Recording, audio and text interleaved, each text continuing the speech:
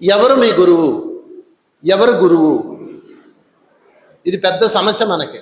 గురువుని తెలుసుకోవాలి, గురువుని పట్టుకోవాలి, గురువే నిన్ను దాటించేవాడు అని ఎన్నో విధాలుగా ఉంది.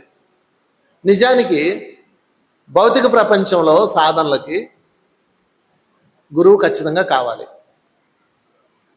ఆత్మ ప్రపంచ సాధనకి గురువుతో పని లేదు. ఎందుకనంటే గురువు కాలంలోనే ఉండగలడు, కాలాతీతంలోకి రాలేడు, రాకూడదు కూడా. మన రెండు లోకాలు ఉన్నాయి, ఒకటి కాలము, రెండు కాలాతీతము. గురువు యొక్క చైతన్యం వస్తుంది మళ్ళా కాలాతీతంలోకి, అది వేరు.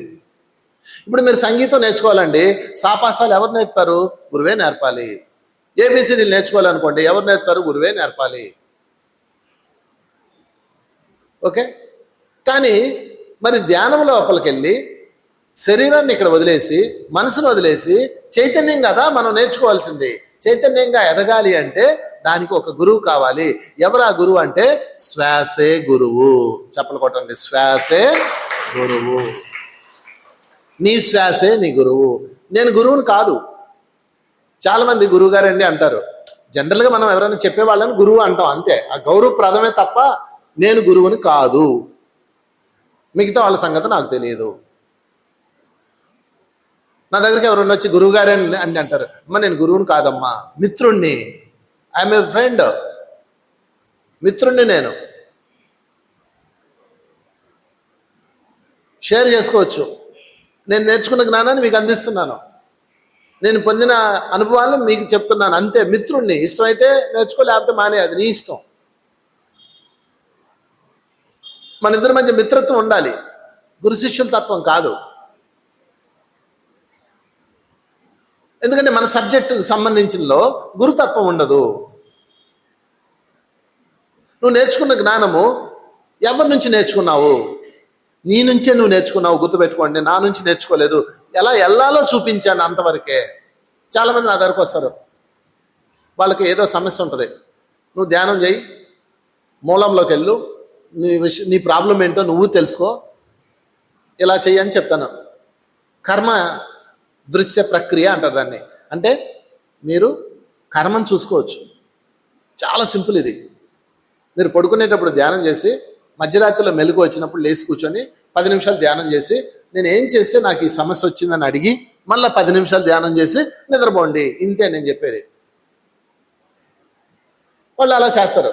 చేయగానే వాళ్ళకి కనిపిస్తుంది, ఓ నేను నా పాస్ట్ లైఫ్లో ఎలా చేశానా, ఐఎమ్ సో సారీ, నేను ఎంత తప్పు చేశాను అని వాళ్ళు ఒక సెల్ఫ్ రియలైజేషన్ వస్తుంది.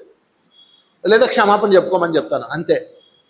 రెండో రోజు ధ్యానంలో కూర్చొని నేను ఇంత తప్పు చేశానా, నేను ఎంత పొరపాటు చేశాను, ఓ యూనివర్స్ ఐఎమ్ సారీ, పశ్చాత్తాపం చెందుతున్నాను, పరివర్తనతో ఉంటాను, ప్రాయశ్చిత్తం చేసుకుంటాను, ఐఎమ్ సో సారీ. జస్ట్ చెప్తే చాలు యూనివర్స్కి. డబ్బులు గిబ్బులు ఏం అక్కర్లా యూనివర్స్కి. ఆ కర్మ రిలీజ్ అవుతుంది. అలాగే కొన్ని వేల మందికి వాళ్ళ కర్మలు రిలీజ్ చేసుకున్న వాళ్ళు ఉన్నారు నా దగ్గర. తర్వాత వాళ్ళు వచ్చి గురుగారండి అంటారు. బాబు నీకు మూలాన్ని చూపించింది ఎవరు అని అడుగుతా. మీరేనండి. కాదు, నీ చైతన్యం చూపించింది. ఎవరు చూపించారు? నీ చైతన్యం చూపించింది, నేను కాదు. ఎలా వెళ్ళాలో నేను చెప్పాను. ఇప్పుడు నీ గురువు ఎవరు? నీ యొక్క శ్వాస నీ గురువు. నిన్ను అక్కడ తీసుకెళ్ళింది నీ శ్వాస. నీ ధ్యానమే నీ గురువు, నీ చైతన్యమే నీ గురువు. అర్థమైందా? ఇది గురువు అంటే. అందుకని దయచేసి మీరు గురువుల్ని గుర్తించండి. కొన్ని విద్యలకి గురువులు ఉండాలి, అది పక్కన పెడదాం, అదంతా విషయం కాదు. కానీ ఆత్మ విద్యకి గురువుతో పని లేదు, నీ సాధనతోనే పని ఉంది. అందుకనే నీ సాధనే నీ గురువు.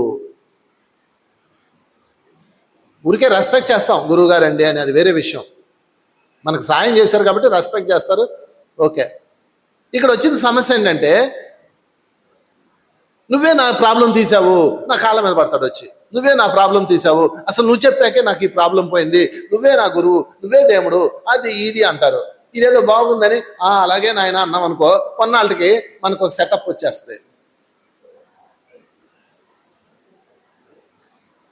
మొత్తం మారిపోద్ది నా కథ. ఆ తర్వాత కొన్నాళ్ళకి నన్ను దేవుని చేసేస్తారు.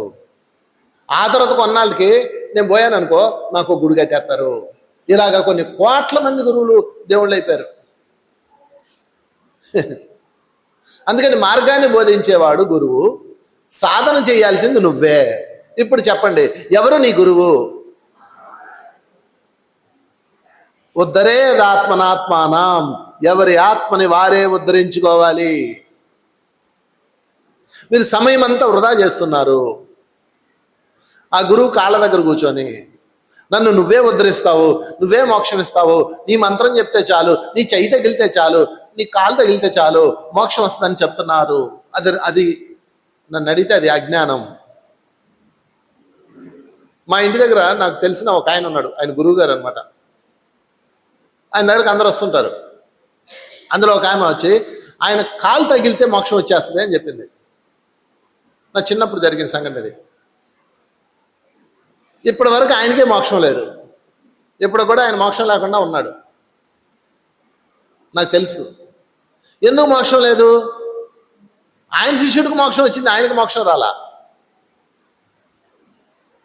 ఒక ఊళ్ళో ఒక గురువు గారు ఉన్నారు, మోక్షాన్ని ఇచ్చే గురువు. ఏంటి ఆయన పేరు? మోక్షాన్ని ఇచ్చే గురువు ఒక ఆయన ఉన్నాడు అనమాట. ఆయన ఏం చేశాడంటే, ఆయన దగ్గరకు ఒకడు వచ్చాడు. ఆయన ఏదో పని మీద వెళ్తున్నాడు, వేరే ఊరు వెళ్తున్నాడు, హిమాలయాల టూర్ వెళ్తున్నాడు అనుకుందాం.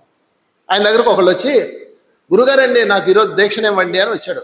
ఆయన ప్రయాణ హడావుడిలో ఉన్నాడు, ప్రయాణం చేస్తున్నాడు గురువుగారి.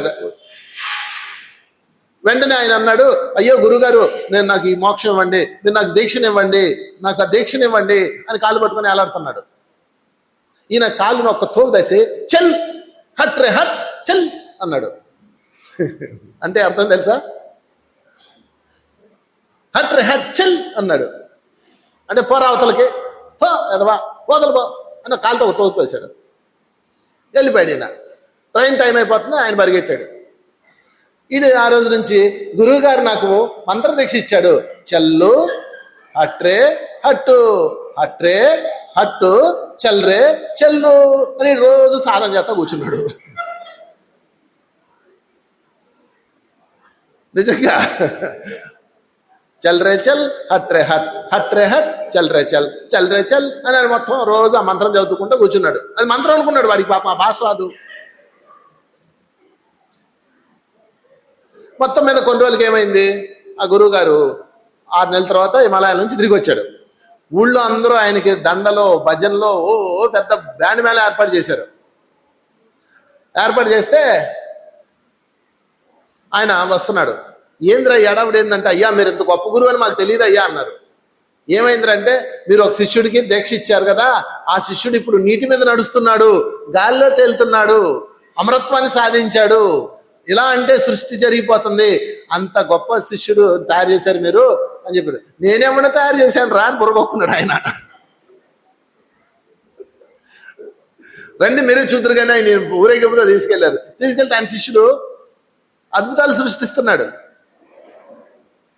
పరిగెట్టుకొచ్చాడు, గురుగారు మీరు ఇచ్చిన మంత్రం వల్ల ఎంత సాధించానో చూసారా, మీ కాలు అలా తగిలిందా నాకు వచ్చేసింది అన్నాడు.